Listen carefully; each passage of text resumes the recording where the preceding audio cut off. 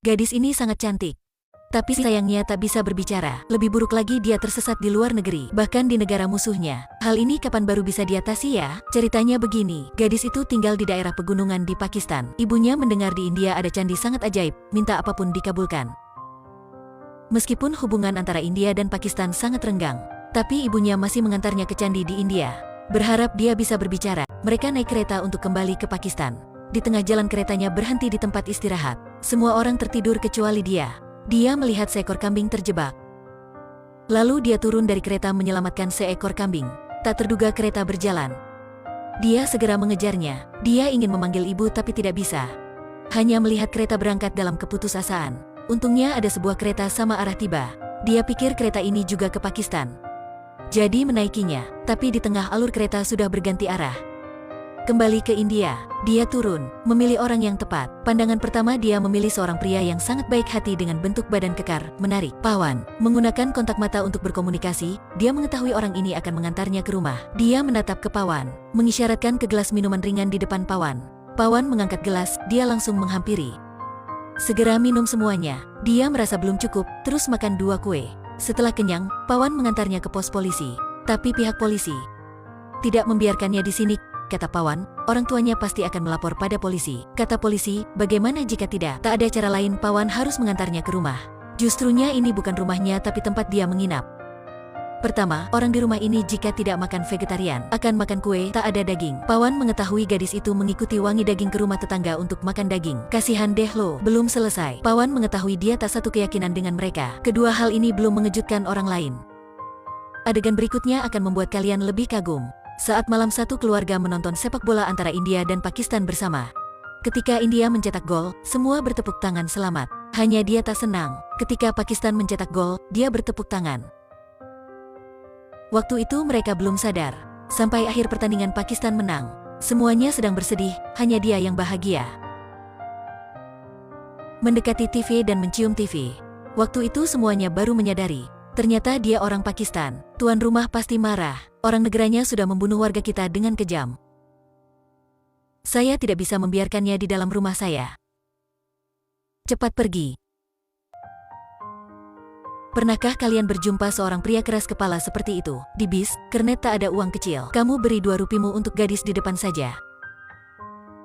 Dengan kondisi ini, menjadikannya cerita sangat romantis. Pria ini akan melakukan apapun. Pria bertanya, saya membelikan kamu tiket, apakah kamu ada uang kembali untukku? Gadis jawab, tidak ada, kamu simpan saja, tak apa-apa. Katanya, tidak boleh, saya harus membayar uang kamu. Gadis mengeluarkan tangan berniat mengambil uang. Pria itu menarik tangannya, kamu tak boleh mengambil semuanya, sebagiannya milikku. Gadis kehabisan kata, kalau begitu kamu ambil saja. Kalau begitu tak boleh, sebagian milikmu. Si gadis kesal melihatnya dan segera turun dari bis. Dia terus mengejar untuk mengembalikan uang. Ya betul, dia adalah orang yang punya aturan sendiri. Orang seperti Pawan ingin membantu gadis kecil kembali ke rumah. Ketika mengantarnya ke duta besar Pakistan, gadis kecil baik tak bisa berbicara dan tak ada paspor. Tak bisa membuktikan dia orang Pakistan. Mereka diusir keluar. Waktu itu kekacauan terjadi di duta besar. Pelayanan membuat visa juga terhenti. Tak diperbolehkan ke jalan raya jadi ke jalan kecil. Pawan diperkenalkan ke biro perjalanan. Kata orang itu, mereka ada perjalanan tertentu, kalau ada uang yang cukup. Pawan mengeluarkan semua uang dan memberinya. Dan bertanya, jika sampai apa yang kalian lakukan untuk mencari orang tuanya? Si staf cepat menghitung uang dan menjawab, jangan khawatir, relasi kami besar. Apakah kalian merasa di sini ada penipuan? Pawan naif tidak menemukannya. Dia meninggalkan gadis kecil. Saat pulang air matanya keluar. Pawan melihat gelang tangan di pasar yang cantik jadi membelinya. Kembali ingin memberikan ke gadis kecil. Tapi kantor sudah ditutup. Pawan saat itu merasa keanehan, segera mengejar. Dan benar, setelah orang itu mengambil uang Pawan, menjual gadis kecil ke bordil. Pria keras kepala ini pertama kali meneteskan air mata karena marah. Dia menyembunyikan gadis kecil di belakang. Setelah Pawan pegang tangan orang jahat, melemparkannya ke jendela. Karena kejadian ini Pawan memutuskan. Dia ingin langsung mengantar gadis kecil ke rumah.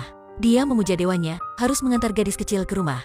Setelah itu menggendongnya. Keduanya tak ada paspor, tak ada visa. Mereka berjalan kaki di jalan yang tak pernah dilewati. Mereka ke pinggir kota, sekelompok orang mencegahnya. Ingin melewati perbatasan tidak mudah ya? Mungkin kamu belum sampai sudah ditembak. Si bisa mengantarmu ke sana. Mereka melewati perbatasan dengan lancar ke Pakistan. Tapi baru keluar dari bawah tanah, sifat keras kepala Pawan muncul. Dia berkata, setelah dicap saya baru akan pergi. Kepercayaan saya menyuruh saya tidak boleh melakukan hal tersembunyi. Gadis kecil berupaya menariknya pergi. Coba kalian lihat, bahkan seorang anak 6 tahun lebih pintar daripada dia. Tapi Pawan masih berkata, harus dicap dulu baru pergi. Tak lama prajurit Pakistan datang. Pawan berkata pada mereka dia orang India, ingin mengantar gadis Pakistan ini ke rumah.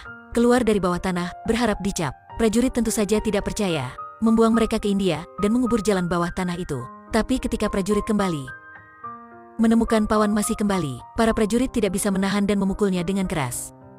Pawan meminta ke pemimpinnya dan berkata, saya bersumpah pada dewi saya, jika tidak mengantar gadis ini ke rumah, saya tidak menyerah, saya berjanji, hanya perlu menemukan orang tuanya, saya segera kembali ke India. Pemimpin bersimpatik dengan kesabarannya, akhirnya berkata, 10 menit lagi kami akan kembali, dalam 10 menit ini jika kamu di sini atau di sana. Tampaknya kami tak tahu, akhirnya kali ini sudah bisa kan? Tidak, dia tidak pergi, dia tidak bersembunyi, dia harus dicap oleh pemimpin. Semuanya merasa dia sudah gila, tapi gila sepertinya juga bisa dimaafkan. Kepercayaan bisa membuat seseorang tak peduli hidup atau mati. Akhirnya pemimpin mengecap untuk mereka.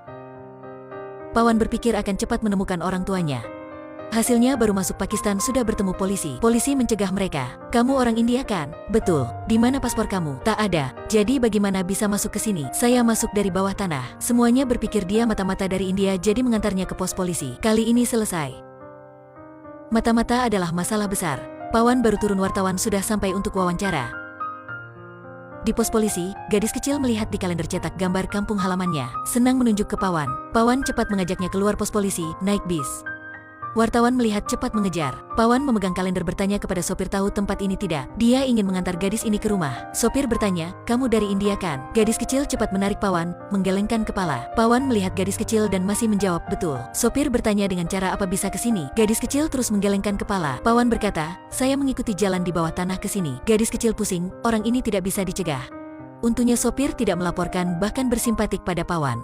Dia berkata, berharap kedua negara kita ada orang seperti kamu. Wartawan mendengar cerita juga sangat bersimpatik, akhirnya memutuskan membantu mereka merekam perjalanan mereka. Wartawan berkata pada Pawan di sini ada istana sangat terkenal. Kata semuanya jika meminta di sini ajaib. Sampai di sini hanya untuk menemukan orang tua untuk gadis kecil. Meskipun agamanya bukan dewa dia masih memuja. Wartawan memposting video mereka di internet. Mereka menonton video. Mendadak gadis kecil menemukan sesuatu. Ingin wartawan memutar ulang video. Di video ada seorang wanita. Wanita itu ibunya. Mereka menemukan ibunya turun dari bis.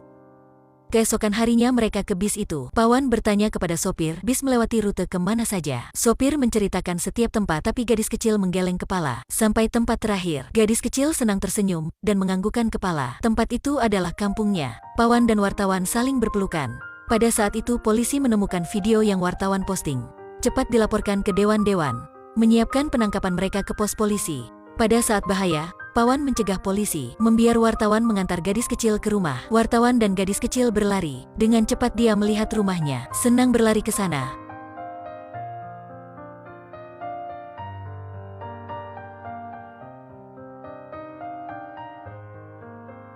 Pada waktu itu dari jauh suara tembakan bergema.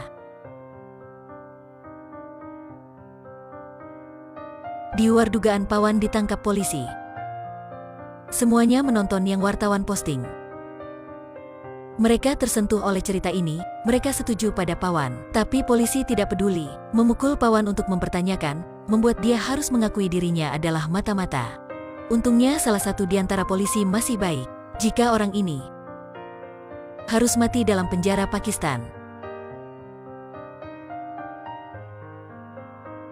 Sebagai negara kita sangat kejam. Mereka bersembunyi mengeluarkan Pawan. Polisi menghubungi wartawan memanggil orang-orang untuk mengantar Pawan ke rumahnya. Setelah itu adalah adegan paling simpatik dalam film.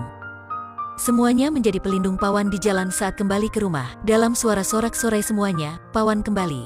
Warga Pakistan ke pintu perbatasan, menggedor pintu untuk membuka jalan untuk Pawan. Pada waktu itu dia adalah pahlawan. Gadis kecil sampai dalam kerumunan.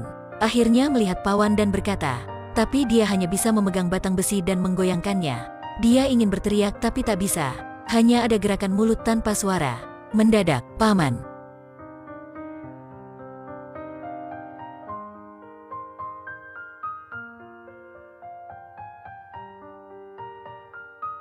Paman.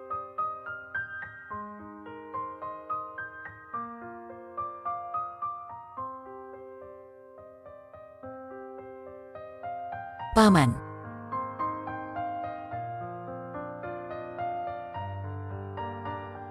Pawan berbalik badan. Kembali berlari padanya. Semuanya bertepuk tangan. Adegan berhenti pada waktu Pawan mengangkat gadis kecil. Singkatnya, intinya sangat jelas.